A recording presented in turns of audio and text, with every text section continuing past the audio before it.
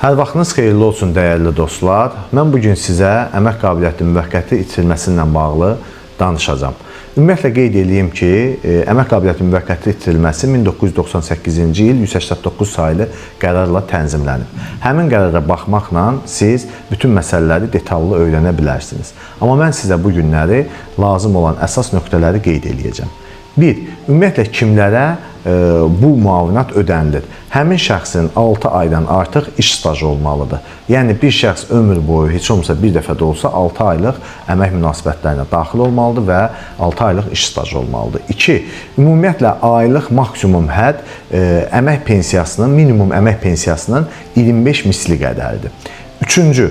Ümumiyyətlə hansı hissədən müəssisə, hansı hissədən isə məcburi sığorta tərəfindən ödəniş olunmalıdır. Qeyd edim ki, bir xəstəlik vərəqəsinin ilk 14 günü müəssisə tərəfindən, ondan artıq olan hissəsi isə məcburi dövlət sosial sığorta tərəfindən ödəniş edilir.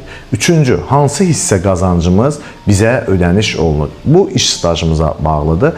Əgər bizim iş stajımız 8 ilə dəhddirsə, o zaman həmin hesablanmış müavinətin 60%, 8 ildən 12 ilə qədərdirsə, o zaman 80%, 12 ildən artıqdırsa, artıq 100% bizə müavinət kimi ödəniş edilir.